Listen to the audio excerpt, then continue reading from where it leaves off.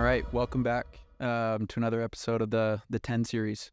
Okay, we're sitting down with everybody that was a member of the 10 for Kin Home for the year of 2023, and I'm stoked for this one because this is with the number one producer for the entire year, Braeden Hart. Welcome in, dude. Let's go. It's good to see you. Here. I think the biggest thing that, like the thing that I'm most excited for today is obviously we'll kind of go into like sales and everything like that, and what you accomplished this last year, but record breaking and everything like that for us at Kin. But the thing that impresses me the most about you, dude, is like obviously we had a chance to work closely together this last summer, and like we'll kind of dive into some of that and how fun that was for me and hopefully for you. But it was a blast for me. But the thing that impresses me the most about you, dude, is like just how you lead people. I had no idea what to expect before coming to the Pensacola office for the summer, and like I was just blown away by you just doing things that you're obviously not asked to do necessarily. Like maybe people in your position might expect you to do certain things, but a lot of people in these companies don't do X, Y, and Z. Like a lot of people think like, oh, the top rep, he's going to be the most selfish guy in the room. All he does is care about his own numbers, and I just found that to be the complete opposite. So Yeah. we'll dive into some of that, but yeah, thanks for coming in, dude. I'm excited. It's going to be fun. So first, I want to just introduce you properly. So number one rep for the entire year, 2023, it's your third year in door-to-door, right? Yes, sir. You ended the year off with 760 kilowatts, okay, and 84 deals. Okay. And when you think about that, like I think about who I knew you to be like 2 years in. Like I think back to like when we were at the Timber Moose cabin and it was like hearing you pitch and stuff. I feel like you've come so far even that amount of time. And at that point you were like up and coming. Like when you say 84 deals and you think about the entire summer, that's where the bulk of it came from. It's mostly in the summer. It wasn't like you were really full-time ripping all year. Like you went from, when would you say that you started? Like which month were you like full-time starting? Well, I had self-gen beginning of 2023. Yeah. Did that until we went to Houston, which was, I want to say the end of February. Yeah. So for 2.5 months, self-genning, and then that's when they kind of rolled out like the trial pay scale, and I was like, oh, I'll give it a try. I knew we were in a new market, and over there, Houston's a little weird. Yeah. Mainly because all the different power companies they have and stuff, and I figured I'd see most of my results from just learning how to set instead of set and close over there. So I figured I'd give it a shot, and then they changed the pay scale to the 40, 50, 60%. So then from there, I realized when I had there was a Saturday, Kyle came to town, and I had 3 on that Saturday. I just barely rolled out the pay scale, and I realized I'd make a lot more money than you would full-time self-gen producing than full-time self-genning. So I made the switch, and from there, the rest is history. So dang, everything moves so quick, and I kind of forget about that kind of process. But yeah, we'll definitely dive into that because I think that's important. So you started, February-ish. That was when you were kind of full-time, and then we ended up pretty much finishing out in September. Yeah, after September, then we kind of rolled out the 2 weeks on, 2 weeks off. Yeah. And I mean, like you had said, majority of, the deals and kilowatts and whatnot came from May to mid-September. Yeah. So I think I had 62. Yep. In the summer. So yeah, in one of the toughest markets in the country, no less, in my opinion. Yeah, it's a grind for sure. Yeah. Yeah, we'll dive into that. But yeah, man, kudos to you, bro. Like I appreciate it. I think like that's crazy impressive, and we'll dive into like the nitty-gritty details on things, but yeah, good stuff. Thank you. Introduce yourself a little bit, like how old you are, where you're from, kind of tell me a little bit about like growing up, all that stuff. Totally. So 22 years old, grew up here in Utah, grew up in Ogden, Utah. moved out to Florida when I was 19. Went to school for, I was actually, we were kind of joking about it before. Went to school for a semester Yeah. during COVID. Didn't touch the campus. It was all online. So I was like, yeah, this ain't it. So I worked part-time with my dad. I hit up Trevor. He'd been trying to get me out for a couple months, and a couple buddies had went with him or whatnot. So probably the easiest recruit in the face of the earth. I recruited myself in a sense.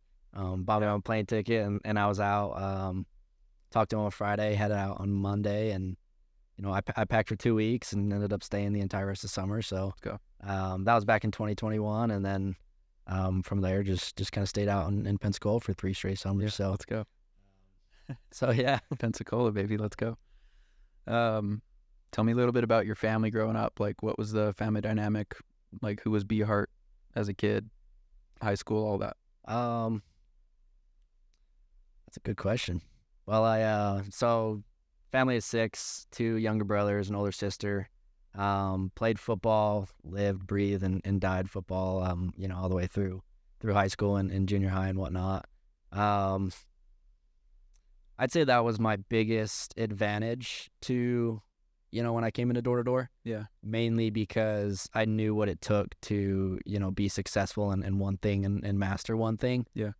Just because I had done it, majority of my life with football and everything. I went all my other sports and, put all my full focus into there. And I'd say that was where majority of, the success came from, was because I knew, what kind of, hard work and work ethic and Drive. attitude and drive needed to happen in order to, get the results that I wanted and whatnot. So, Yeah. had a lot of fun in high school. Yeah. Yeah, I think a big thing was kind of the way I was raised in a sense. My dad, he's, business owner. Just kind of watching him, obviously he's my idol and whatnot. Yeah. Watching him still can, to this day, 60, 70 hours a week for the last 20, 22 years. What does he do? So he's a plumber. Okay. But he also has a general contractor license. He kind of switched from plumbing to just developing and building full-time houses. Yeah. So he gets lending, builds houses, and then my mom, actually, they kind of have a thing going to where she then sells the houses because she got her real estate license and back during COVID. Yeah. I think it was. So they got their little gig going. They actually did a parade at home back in July, I think it was. Nice. So sold that. That house looks, awesome and whatnot. So still kind of has the business. My brothers work for him.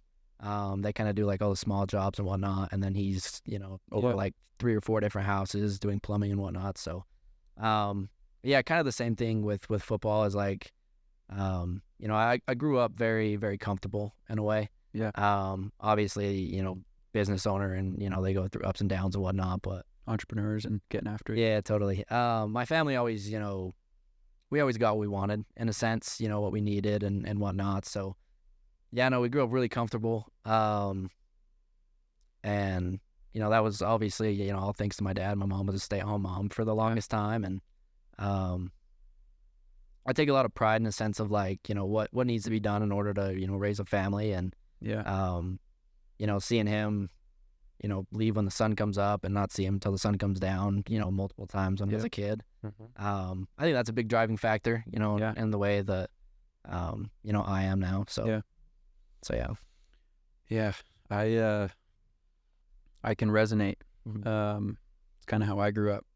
My dad my dad worked in Vegas for a number of years, and so he would commute for a week and a half away, and I was an only child, so it was just me and my mom at home for a long time. And Yeah. I remember before he'd leave, before the sun came up, he would always be like, "Hey, you're the man of the house," for the next week and a half. So Totally. definitely, I do get choked up too a little Yeah. bit when you're kind of going there, but Just a little. yeah.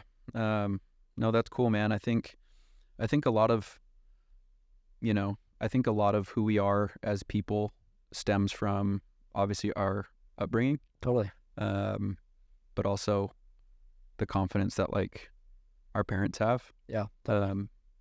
Is a trickle down effect, and I think it becomes our inner voice. That's always what I've believed in. For sure. obviously growing up with entrepreneurs as parents who are people, getting after it, business owners, like I've found that to be true for most people that are in the door-to-door space. Oh yeah, It's like for they're sure. growing up with that, and that's normal. So it's not crazy when they go try it. Their parents are like, yeah, like they get it. So, well, that's cool, man. I love that. Um, what was your plan before you started sales? Before you came out to Pensacola. Honestly, I didn't really have one. I figured I'd go to school just to try it out. I always wanted to play college football, but that didn't ever work out. And so from there, I really didn't know what I wanted to do. I figured I'd go to school and kind of see what other options there were, and just kind of test the waters a little bit. Hated school, so that didn't work. Was working with my dad for a little bit, part time when I was going to school, and kudos to him with the plumbing and stuff, but that was not for me, like at Be all. Hart the plumber. No, not at all. Yeah. And so it's kind of like perfect timing. Like I guess I was one of those people that didn't really have like vision in a sense. Like I always knew, what I wanted and to make a lot of money and provide and all those other things. Just didn't really necessarily know how. So it's kind of perfect timing when school got over and Give it a try. just kind of figured I'd be like, well, I mean, worst case scenario, I learn a new skill set. So Yeah. I think a lot of people resonate with that. Growing up, wanting to be successful, not really sure how you're gonna get it, but totally. like that's the dream. Okay, so now let's talk 2023. It's your third year in door to door. Obviously, you just started self-genning. Like you weren't a slouch at that by any means, right? But the pay scale changes, and frankly, the industry changes, right? To where a lot of people who are in similar positions as you were like white knuckle fury on like the whole staying as a self-genner, Yeah. right? And we can dive into some of the reasons why the company did that, but as an industry as a whole, that's one of the biggest changes that's happened in the last 12 months, in my opinion. For sure. So a lot of that's changed. Mm-hmm. Not that it's like a bad thing to do, right? No. But I think, it was something that, the industry saw coming and had to happen, right? So I guess what was in the back of your head, right, when all that stuff changed? Mm-hmm. Like, obviously you're thinking about this big old lump sum of money, Yeah. right, per deal, right, per transaction. But there's also, the tendency with humans, I think, to get like super, like, lazy when they get these, when they make $30,000 in 3 deals Totally. as a self-genner, Totally. and you can kick your feet up like you're not married, you're a single guy, and like, what do you need $500,000 in the bank for? Yeah, for sure. So it's like this, it's kind of this like constant tug of war with like self-genners, and it's like, man, we got to bring that revenue into the company too, Mm-hmm. right? Totally. And I think that's one of the reasons why a lot of people actually went out of business this last year, is because like they were wanting to hold on to like the way solar, ultimately could go back to that way too. Mm-hmm. But for this last year, I think it was a monumental change for the company. For sure. Tell me this: do you think you made more doing what you did? Oh, I know I made more. Yeah, I know for a fact. Walk me through that. 'Cause I think that's something that we do that's unique, and like a lot of people for sure will like be like, oh, like, why would you do that? Yada yada yada. Like, walk me through why you were cool with it. Okay. Well, first, the first thought that came to my head when we had kind of switched, I'd kind of seen it firsthand of, guys in the past that worked here and they were self-genning. I'd noticed a couple things. The first one was a lot of people thought that if they stepped down from self-genning to then becoming like a producer and basically, taking the iPad away, Yeah.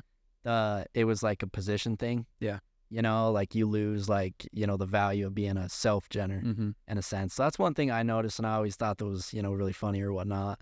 Um, which in retrospect, a lot of those guys never really, you know, notice the amount of money that you can make Mm-hmm. just by staying on the doors, Yeah. you know, and not taking an hour and a half, 2 hours for 2 or 3 different appointments a day, or an hour or two in prime time, you know, missing Yeah. out on all those other doors. So I think that was a really big thing for me is, you know, kind of going back to growing up and whatnot, is like, I've never really cared what people thought about me. Yeah. Never really, you know, position wise cared what position I was in. Mm-hmm. As long as I can add value and lead from the front and inspire, then I mean that's really all I need. I don't need an iPad in my hand to, you know, be that guy that's, you know, self-gener and in a sense, like position wise. Yeah. You know, that's one thing I noticed that I thought was really funny during the switch, which I think industry wide was a big thing too. Yeah. Because it was like, you know, just kind of a pride thing. Yeah. It was almost like you're being degraded in a sense, but it's like, you know, it's all just perspective and the way you look at it. Yeah. And you made a ton of freaking money at the same time, you know, like that's also the cherry on top. That's cherry on top. Yeah. I mean, I think back to the nights in Pensacola where it was like you'd have 3 closes in one night, like pretty regularly. It was like multiple closes per day.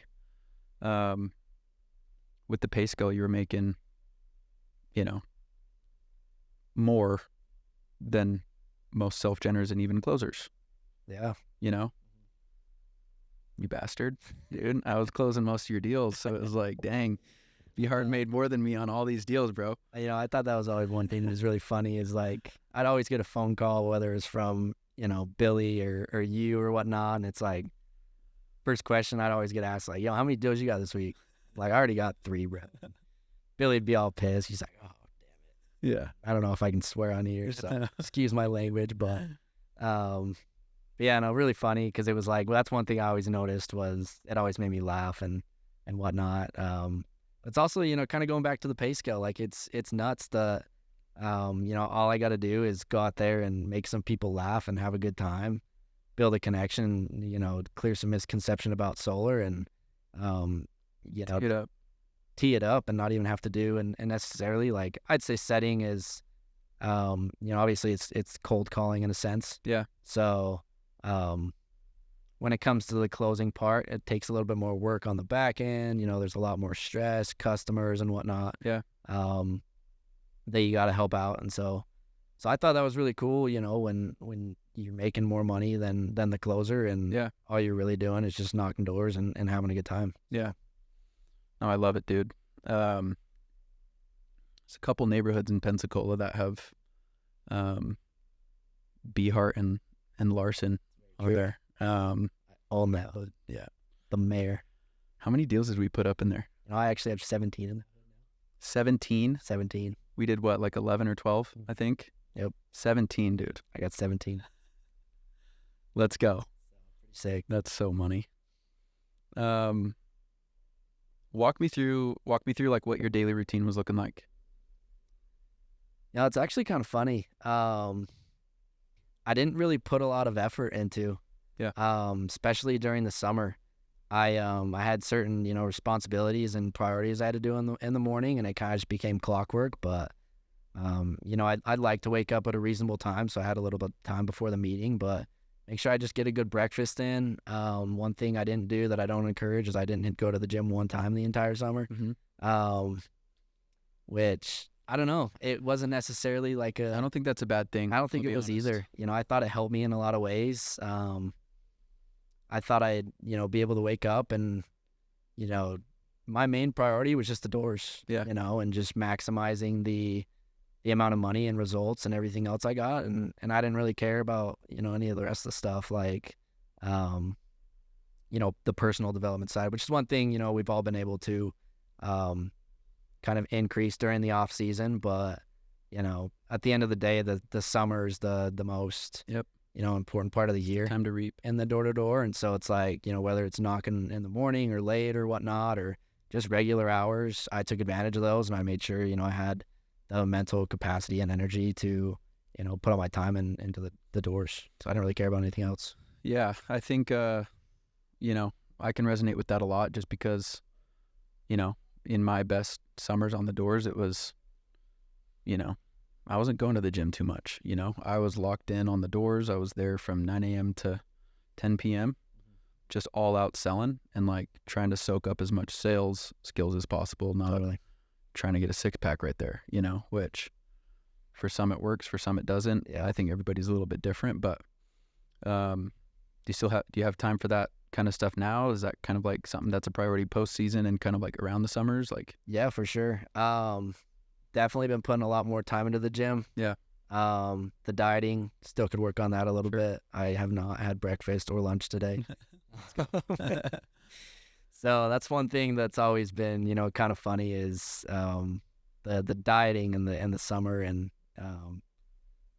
you know, me and Tice, we lived off DoorDash, which Oh, yeah. it was a good thing I was making a lot of money. And Oh, yeah. we were both making a lot of money, because if we weren't, oh, we'd be broke right now. Yeah, exactly. All the money just went straight to DoorDash. Yeah.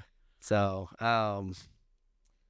but yeah, no, I definitely been putting a lot more time and effort into, you know, journaling and reading and the development aspect of it, to obviously be my best self. But, you know, when May 1st rolls around, it's, you know, none of that really even matters. Yeah. You know, it's all about what you can do on the doors. Yeah. So, Tell me a little bit about, you know, obviously we've talked to Mason and Tice. Talk to me a little bit about the environment in Pensacola, you know, what you would attribute, you know, that to. I mean, you guys had a lot of, like, you're the youngest team one of the youngest teams in all of door to door, I bet. probably. Selling loans Yeah, to people door to door, it's crazy. at an incredibly high rate. What would you attribute that to? I'd say as far as like the environment aspect of it, all year super competitive. One thing that, you know, really drove me was right before the summer. I remember it really really vividly, is a bunch of guys post on their stories, you know, incoming top rep 2024. Yeah. Remember that. And you guys know who you are. But I know who you're talking about. But I didn't ever post. I didn't think, you know, it was anything I needed to do, and obviously it was a goal or whatnot. And the first week it was kind of slow. A couple guys in Fort Myers came out pretty hot. Yeah. And then the next week after that, I went on a streak of, I think I had 4 or 5 deals the next week, and then I continued that for the rest of the month. I ended up with like 13 or 14 deals on that month of May. So that right there was a really big breaking point, in a sense of like, you know, not only like my own self, you know, confidence and belief, but in a sense of like, you know, what actually was possible. Yeah. So from there, it was just kind of like, you know, not riding the highs too high and the lows too low. Yeah. As long as I could keep like a stable, you know, mental space, and, you know, like I said, not ride the highs too high when I have good weeks and the lows too low when I have, you know, mediocre ones. Yeah. So I'd say that was a big thing, was like always just keeping, you know, a good headspace. And then from there, you know, it kind of just became like an identity thing. Yeah. Was like, you know, hitting 60%, 3, 4, 5 deals. And then there was the 8 spot, though, you know, I wish I would have broke the record, but Yeah. we'll get there. Yeah. But yeah, the environment was crazy all summer. Really competitive between both the offices, but Tyson touched on it a little bit in the last podcast, was, you know, the number 1 and the number 2 rep of the company in the summer both lived together. Yeah. Thought that was cool. Yeah, it was very competitive. Yeah. You know, in the office, on the doors, off the doors, it was always banter and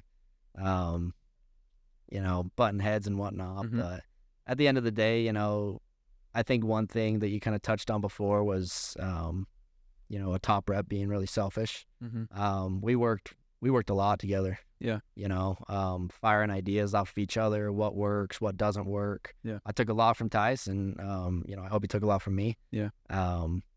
But yeah, both adding value and you know, getting fired up when one has a good day. And that came for anybody in the office. You know, Yeah. Mason, David, any of those guys, obviously up and coming, Yeah. Great recruiters and leaders and whatnot. So when they had a good week, it was just like when I didn't see my name or, not in an arrogant or egotistical way, but when I wasn't being talked about was when it was a problem. Yeah. When it was like when my name wasn't at the top You have or to get after it there. exactly. Yeah. So that was one thing I always strived for was, as long as my name was at the top of the leaderboard and I still had people reaching out to me about what I was doing, I figured I was doing something right. Yeah. Yeah. I mean, you're touching on so many different things there. Like when you're talking about, because I think a lot of the stuff that people focus on is like there's so much, and like these days I feel like there's so much different emphasis on like a million different things. You got to have the perfect routine. You got to do X, Y, and Z. To me, I just get like mental fatigue. Like 100%. if I'm in that mode and also expected to go like be at the top of the leaderboard every day. How, when it comes to being consistent, how do you do that for you? I think everybody talks about like, yeah, like I want to be consistent. I want to do X, Y, and Z, but like very few people are actually producing results consistently. Oh yeah. Like you and Tice. And like, you go 2 people down the leaderboard for the top rep and, you're doubling them in production. So to me, it's like doing the little things consistently over time is going to create this massive gap. If you do it over a course of a year, months, days, it's going to be minute, but over that stack of time, it's going to be a lot. When you're saying not riding the highs too high or the lows too low, like, is that something like just the way you are, or is that something that, you've had to like build and put into practice and stuff like that, or you just don't ultimately care? I think it's a mixture of both. I think it was definitely something, I've seen from, mentors and top competitors. When you go back to like, even athletes, it's like, Kobe Bryant or, Michael Jordan or Tom Brady, those guys that, they're at the very top. It's like, you notice the patterns and the way they act. It's like they've been there so many times. Yeah. And so to have that confidence and then kind of that swag was one thing that I've always kind of noticed, especially like with athletes and whatnot, but especially like top leaders and the company and even in the office. So had good days, good weeks, broke records. It didn't really matter. It was like, deep down, they were excited, but just kind of goes back to, not riding the highs too high, and there's always room for improvement. Obviously, be grateful and have gratitude for, the weeks and the money and the success you have. But more importantly, just like, staying consistent and, kind of keeping just a level head. Mm-hmm. It's like those days where I had really good days, they weren't necessarily like, it just kind of became like an identity thing. Mm-hmm. To whereas like, the first couple times was really cool because I never experienced it before. But after a while, it was just something that I did and everybody knew I did it. So I had to get it done. Yeah. So. Yeah, I think that's super crucial, and that's something that a lot of people don't really focus on. They think about, like they're almost like a lacking mentality. Yeah. And it seems like for you, it's like an abundance mentality. Like if I set up an appointment and it doesn't close, like that doesn't, shatter my world, right? And it's like that allows you to go onto the doors and actually pull back effectively and all those different little things that I think move the needle like crazy. Oh, yeah. But yeah, that's cool. I love it. A couple of things that I wanted to touch on is, now shifting more to like actual on the door stuff. Okay. Being in Pensacola is an interesting place. Okay. For the people that haven't been there, describe Pensacola for me a little bit. And you might do it a little bit of a disservice. Where do I start? I like Pensacola, man. I love Pensacola. I do. I'd start by saying, there's really only 3 kinds of people in Pensacola. There's elderly or people that retired from the military, active military, or there's just locals that, grew up Never there leave. and never left. They're blue collared or, whatever they do, but beach bums a lot. oh yeah, totally. But I noticed that pattern. I did 3 summers in Pensacola, so you learn different patterns and the way people are, and the hoods and just the way people act. Yeah. And I felt like one thing, going back to the results, was I mastered how to talk to those 3 people. Yeah. Was when you really look into it, the objections, there's really only like 5 objections. Yeah. And then there's really only 3 types of people. So if you master the objections and how to say them, and then the different people, then from there you're pretty much set. Yourself up for some success. Yeah, totally. But in the summertime, Pensacola's a lot of fun. Yeah. They got the Blue Angels, they got the beach. It's a little bit like Utah in a sense of like just the environment, kind of. What do you mean? Well, I just say like in Ogden, there's not like a whole ton to do, so that wasn't necessarily like something I'd ever grown up with, like having like tons of things to do, especially when it gets cold. But in the summertime, it was always we'd go up to the lake, and in summertime in Pensacola, we'd always just go to the beach. Yeah. So wintertime though, it's cold, there's nothing to do, a little bit. Can't go to the beach. Yeah. Gets dark earlier. Yeah. But I mean, I love Pensacola, but I made a lot of money there. Yeah. But they should definitely add a couple more things. Not a lot of square footage. Not a lot of square footage. No Vasas or EOSs, No. Crunch Fitness. None of that. Nah, just the beach. That's all they need. I think there's like a one Planet Fitness, but Oh yeah, love Planet Fitness. They give me pizza on Friday. Yeah, let's go. Yeah, I mean, Pensacola as a market for solar is interesting. Totally. It's because of the military aspect of it, it's like this cycle of people coming in and out. Mm-hmm. They're only going to be there for a couple years. Always change. Yep. They don't make a lot of money.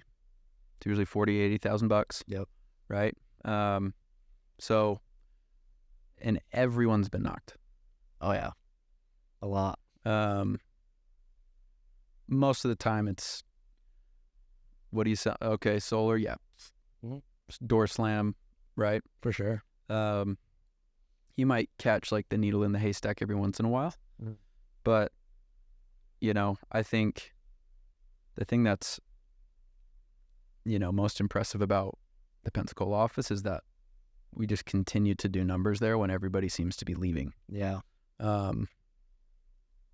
Clearly it's not the hood. What do you attribute that to? I'd say, when it comes to the office in general, I think, as leaders, one thing we never did was let the actual like excuses come into play. Mm-hmm. Whether it was like, oh, everybody's been knocked, these people are, nobody's interested, they're all old. All those little excuses from knocking it for 3 summers. A lot of us knew, really just the hood, the environment. There's always buyers. Mm-hmm. There's a lot of growth in Pensacola, kind of like you touched on a little bit. Yeah. It's always changing. There's always people coming and going every couple years. So we never really let like the excuses aspect of it of like, everybody's leaving or, just little things like that. It was like, having Cash and Trevor looking at it like a different perspective was instead of, like, why is everybody leaving? It's like, well, how can we not be like everybody else? Yeah. And what do we need to do and what needs to be done? So yeah, because you were a cargo driver all summer. Yeah, it's kind of funny. I would drop people off in hoods that I really don't think there's very many hoods in Pensacola that I haven't been in. Yeah. But dropping people off in the hood, you've already, been You're like, go hit that house. That guy, like, I talked to him last year. It's a callback. He's kind of sick. Not interested. Yeah. At all. Yeah. It's a great look. See ya. Yeah. Gosh. Oh, that's funny. What time were you getting out to hood? Like after dropping people off, like when were you like actually out there? I'd say, it definitely depend on like location where we were knocking, but Obviously. Just like generally, would you say? I'd say probably about 2:33. Okay. It was Yeah. probably pretty Obviously, average. sometimes the drives from the office were like an hour. Sometimes they were 10 minutes away. Yeah, 10, 15 You know. minutes. So between then, what time were you generally off the doors? Obviously, you got to, pick people up, but, I'd say I did pretty consistent with knocking, all the way up until 8 o'clock. Yeah. Sometimes later. Beginning of the summer, it stays pretty Pretty bright out. all the way up until 8:30.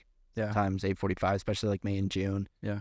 July and August, you kind of notice it gets a little bit darker quicker, but Obviously, with all like the Air Force guys that are there, it's like for sure. they're a lot of times they're going in for their shift like at prime time. Yep. So it's not like other residential neighborhoods where it's like everybody's home at 6. No, It's like it's kind of hit or miss. it really is. It's interesting. It It's really an interesting is. spot when I like sit down and actually think about it. Oh yeah. Sometimes prime time could be at 3 p.m. 3 p.m. Yep. Other times it's at 8. Yep. You never really know. You kind of just that's something you got to figure out when you get cut hood is like, the different things, and it all comes back to just like being the mayor of the hood. Yeah. People's names, their schedules, all those different things come into play. Yeah, I definitely agree with you in a sense of like, the different shifts and whatnot. Yeah. So it's so true. It's interesting because I just feel like it's not the stereotypical place. It's not maybe like the first place you would think of when you go to sell solar. It's like, yeah, I'm going to go to the place where people only stay for about 2 years, 3 years, Like most people would be like, is there another option somewhere? Like maybe I'll go to, I don't know, Texas. I don't know, anywhere, Yeah. Else. It's so interesting, man. But again, I think that's just a testament to like you guys, and you yourself, Yeah. Walk me through, just kind of going through the hood, like walk me through your thought process. After you drop everybody off, you pull into a hood, like walk me through the next like 10 minutes mentally. I thought that was something that was always, pretty interesting. Was one thing I really tried to focus on in the summer was really taking the emotion out of, the doors. Yeah.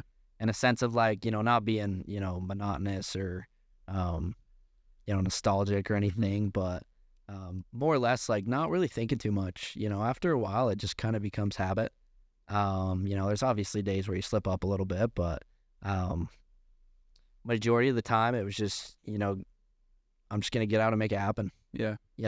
So there really wasn't like a whole routine that I did where I listened to a whole bunch of songs or, YouTube videos or whatnot. It was really simple. And I think that's kind of something that, helped me quite a bit. Just park the car and get out. Mm-hmm. Yeah. When you're canvassing, things like that, like anything going through your head, is it just kind of like, I'm just going to check signs of life and I'm just going? Yeah. Yeah. Pretty much. Prospecting, kind of just something I did when I was out there. Yeah. But the hardest door you gotta do is open the car door sometimes. Yeah. Yeah. So after that, everything's pretty easy. So yeah, that's cool. I think a lot of times people struggle with, especially in hoods that they've knocked before. You're talking 3 summers. It's like what you're gonna get in this city, in this city, in this city, and in this city. And a lot of times it's like these preconceived notions of like, it's going to be one of those days. I'm at freaking pace today. Like, let's get it, or whatever it is. Mm-hmm. But what would you say to that kind of mindset? Because ultimately, door to door, yeah, it's like a physical job. But like the real success is like what's going on like between your ears, right? Like, oh yeah, for mental. Sure. It's the most mental thing in the world, in my opinion. For sure. And that's what I love about it. It's not, who's going to work the hardest necessarily. It's like, who's going to be the sharpest in the moments that matter. Yep. As often as possible, So, yeah, talk me through like your mentality when it's like, 4 p.m. It's a weird day. Nobody's come out. Nobody's home. It's not pest control where, you can kind of talk people into it with only one spouse. Mm-hmm. It's, you need 2 decision makers. Totally. In order for it to be something that's consistent. Yeah. Like walk me through the structure on your day mentally. I'd say mentally, a big driving factor was, I wanted to get a bill as quick as I could. Mhm. just kind of get that out of the way. But I was never afraid of rejection. And then one thing too was I was never afraid to bagel. I never feared bagling. Yeah. In a sense of like, never lost confidence or, especially in the summer, never lost any confidence or, self-belief or anything if I had an off day or anything like that. But, again, I think that was one really big advantage. Yeah. It was like there was just certain things, I didn't really think about. Yeah. Whether it was, I didn't grab anything that day or, as long as I controlled the effort and the attitude and my energy towards the way I talk to people, I knew I was going to find somebody. Yeah. If I didn't, then I'm still going to wake up and have, Rip it tomorrow. still rip it, Yeah. But yeah, that was something that never really bothered me. In a sense was like, I just trusted myself that I was going to make it happen.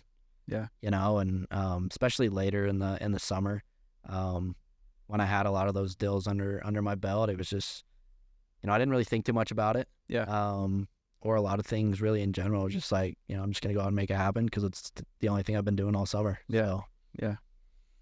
That's cool, man. I love that. I love diving into like the mentality for everybody, right? Like totally. that's honestly one of the biggest differences between people, in my For sure. opinion, is just like the way we perceive things and like the opportunity itself. And For sure. just kind of transitioning now into the future. We're talking about the past, the whole time. Yeah. There was one more thing I did, want to add onto that. Yeah. Yeah.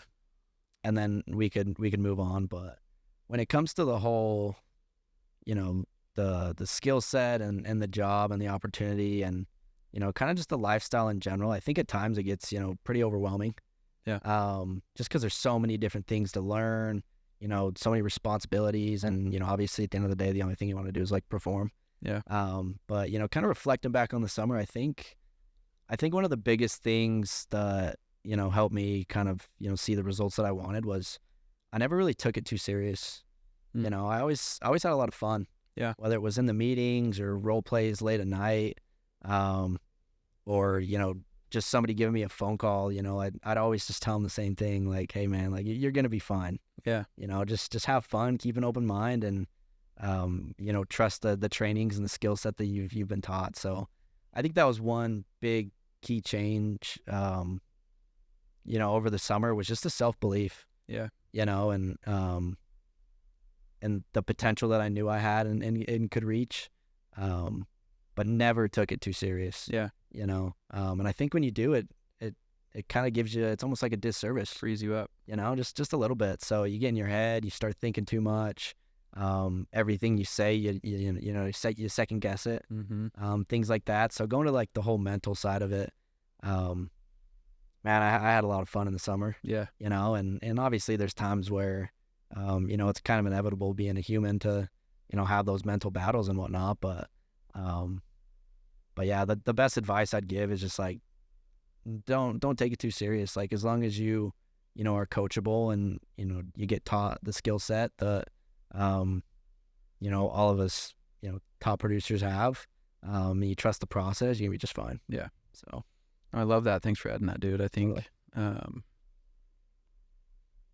yeah, I actually wanted to ask you, what was like, if you had to think back to a couple different memories from the summer, Mhm. what are like your favorite lasting memories? Like when you look back in 5 years and you're like, man, that year, the first year that I was a top rep, like, what are the few lasting memories? One of them, top one's definitely going to be Saturday morning after Red Bull chant. It's like 10:30, 11 o'clock, I think, and you had just closed my 7th deal, and then I was driving to that hood, and as soon as you finished up in that first deal, it gave me enough time to get out of my car, knock one door, for you to go from that deal to that same day. And you were in that for like 2.5, 3 hours. And by the way, Kevin, he loves his panels. Yeah, I talked to him the other day. Let's go, the boy. But yeah, then getting that one, and then on the way home, getting getting that 8th deal that week. Yeah. I think definitely one of the memories, especially top ones. Let's go. But just kind of the all the fun we had. Yeah. Off the doors, whether it was going downtown and having a good time with the boys or poker nights. Yep. Just casual dinners. Yep. There's a lot of them. That's the good There's stuff. a lot of them. That's the good stuff. And then I think the biggest memory was in April. I sat down with Cash and we kind of went over like goals and what I wanted for the summer. And if I averaged 3 deals a week for 17 straight weeks, it was 51 deals. Yeah. Everybody thought the goal was like, why 51? Yeah. And it's just because all I wanted to do was hit 60% each week. Yeah. So doing that, and I think I did it in 12 weeks or 11,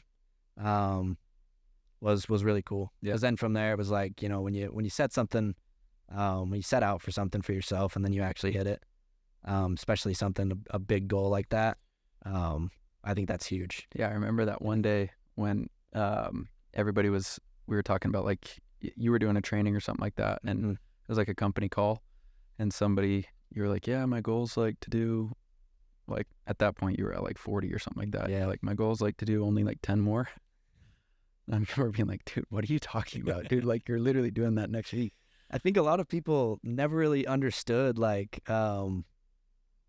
just hitting the goal. That's really like, that's all I cared about. Yeah. It wasn't necessarily that I was going to like stop after, Yeah. and like I hit 51 and then I book a flight and I'm out, Yeah. going on a trip or a cruise or anything like that.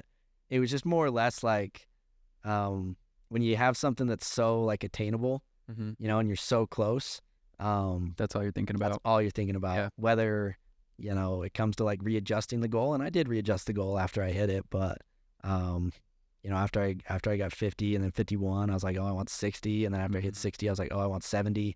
So I was always just kind of readjusting it. But, I'd be at like 40 something deals and I had that training, and then it's like, oh, I only need 11 more. Everyone just thought I was crazy. And I'm like, I just want to hit it. Like, it's just really, it's a really cool feeling. Yeah. To hit something that, is really out of reach, but you put yourself in a position to attain it, and then you hit it. So. Yeah, I love it. Last thing I wanted to ask you, all the good stuff in 2023, it's done. Nobody cares. Like this podcast is probably like being filmed like way later than it should have been. Like we're already, pretty much done with January, right? We got 11 months left.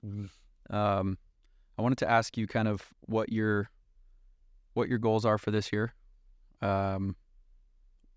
Personal sales, recruiting, what the vision is for you moving forward, and kind of give you the chance to call your shot. Totally. When it comes to the goals, that's definitely something that's been, and even still, as much as I'd love to have everything figured out, I do and I don't, mainly because at the end of the day, I just want to grow.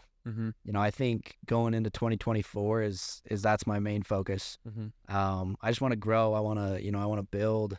Obviously, getting to a point where I can become an AD and open up my own office is something I want to reach as quick as possible. So, I did want to have 25 deals before the end of March. Okay, I think it was. Nice. It was March. Nice. March. And then from there, I was hoping, have a good downline in a sense and have guys that are really well trained. And then, we split offices. And from there, I step up into, a closer position. Yeah. So, and, as much as, when it comes to being a closer and, keeping the talent on the doors and whatnot, I think it's just kind of something that, in order to become an AD, you gotta take on as well. And I'm ready to accept that challenge. So I love it. I think just growth. Yeah. It's just the biggest thing going into 2024. How can I do that as quick as possible? Yeah. And then from there, that's just going to add value to everybody. Everybody will benefit from that. So it takes quite a bit of replication, right? You gotta,